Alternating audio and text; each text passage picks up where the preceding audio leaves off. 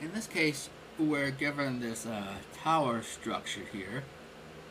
Um, and for problem 61 and 62, we're asked to figure out some the stresses in some of the members here.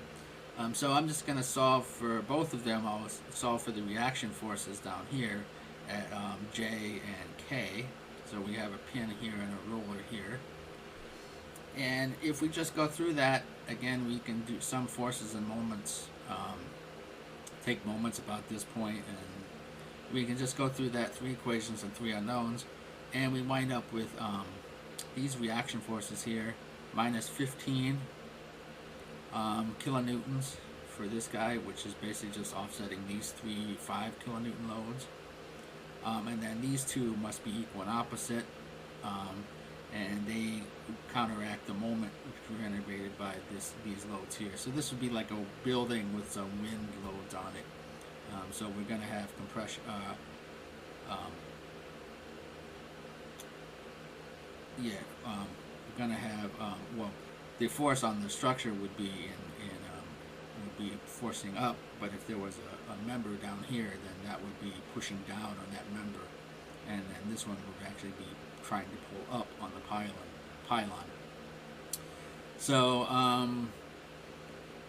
we can go on, and then for problem 61, we're asked to figure out what the forces in the members DG and FI, which are these two guys here. So what we're going to do is, as they show in the book, we'll take a cut through here. Now what's going to happen is that we'll see that we actually have 4 loads exposed, and so we won't be able to tell what these ones, the ones in this one and the ones in this one are, but we'll know what their sum is, but we'll be able to figure out what these are. So we take that cut and we expose these 4 unknown forces, and what we'll see is that everywhere in these equations we'll get an FEF minus an FED. So we can basically just take FEF minus FED and call that a load here, and just call that a single unknown. So in the x direction, we have one applied load out here still acting, and then these ones here, and then our reaction force down here. In the y direction, we have our 2 unknown forces there, and our 2 support forces. And then I took moments about this point here. So this was RK, we have that value, we're given that. And then we have a moment from here, from F1, and we know this distance. And then we know, let's see here, this also has a moment arm RK. And these guys both have a moment arm that's RD, so whatever this distance is here. So those act through that point. And this gives us 3 equations and 3 unknowns, since we know these guys already, and we know F1.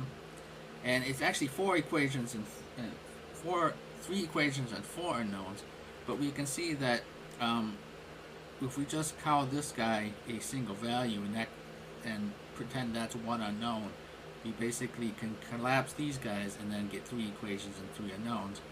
And that allows us to figure out what FDG and FFI are. And those are equal and opposite. One is 3.75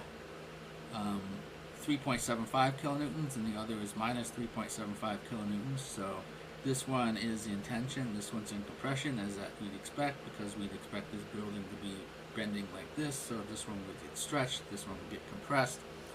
And then if we wanted to, we could figure out what this difference is. We couldn't figure out the absolute values of each of these, but we could figure out what the difference between them is. And that would be the 3rd unknown from this set of equations.